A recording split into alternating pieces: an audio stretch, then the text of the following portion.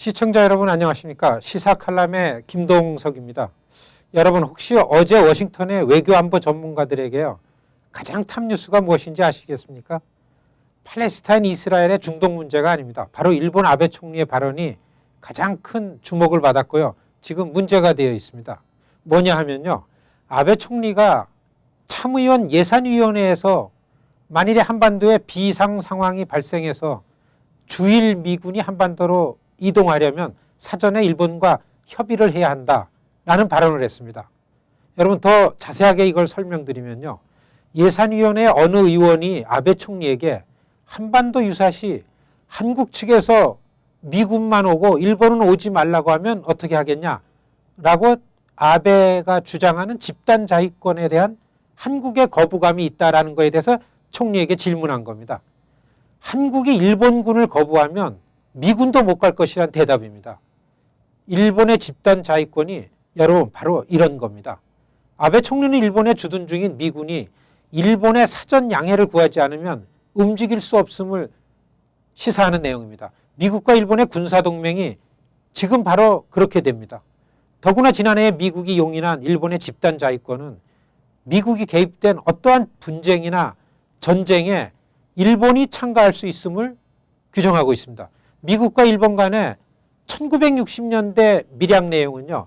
만일에 한반도에 비상사태가 발생하면 주일 미군의 출동을 사전협의 대상에서 제외하기로 그렇게 했었습니다.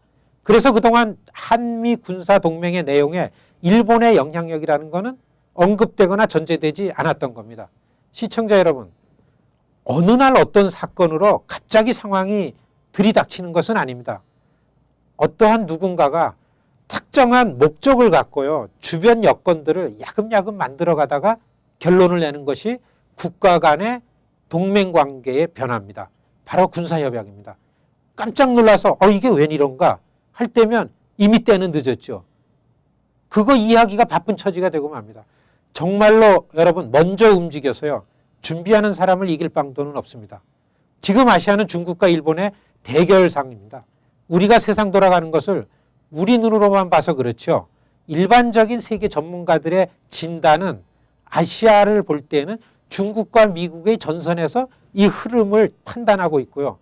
전 세계를 상대해야 할 미국에게 아시아를 일본이 나서서 대신하겠다는 그런 상황입니다. 그렇게 하겠다고 미국과 일본이 합의한 내용이 바로 여러분 미국의 일본 집단 자위권의 용인입니다. 외교를 총괄하는 국무부는 일본의 이것을 환영도 부인도 하지 않습니다. 왜냐하면 한국이나 중국에 너무나 민감하기 때문에요. 그렇지만 국방부, 척핵을 국방부 장관은요. 아주 노골적으로 명쾌하게 일본의 집단 자위권을 용인하고 환영한다라고 기회가 있을 때마다 발언하고 있습니다. 여러분 이게 바로 우리를 한국인들을 스트레스를 주고 두렵게 하는 겁니다. 시청자 여러분 그래서 지금 워싱턴의 의회가 중요합니다. 여러분 우리가 얼마든지 할 수가 있습니다. 미국의 한인들이 그것을 이미 시작했습니다. 일본으로서는 지난 60년 동안 아무런 걱정이 없었고요. 그래서 그것만이 가장 큰 무기로 여겼던 미국으로부터의 완벽한 보호가 헝클어지는 것을 경험했습니다. 바로 2007년 미국 내 한국인들이 워싱턴에서 일본의 전쟁 범죄 문제를 공론화시킨 일입니다. 일본군 강제 위안부 결의안을 통과시킨 겁니다. 발목을 톡톡히 잡은 거죠. 지금 이 위안부 문제 때문에 아베가 미국서 정말 맥을 못 추고 있습니다. 미국 시민을 대표하는 연방의회에서요. 만장일치로 결의한 결의안입니다.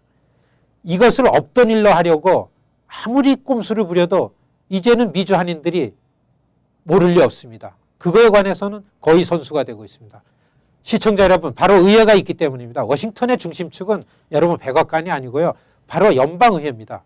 납세자가 그리고 유권자가 언제든지 달려가서 정말로 큰 소리로 권리를 요구할 수 있는 바로 의회입니다. 이러한 연방의회에 우리 한인들이 거점을 만드는 일이 시작됩니다. 여러분 7월 29일, 30일 전국의 한인들이 바로 워싱턴에 모입니다. 여러분 꼭 참가해 주시길 요청드립니다. 감사합니다.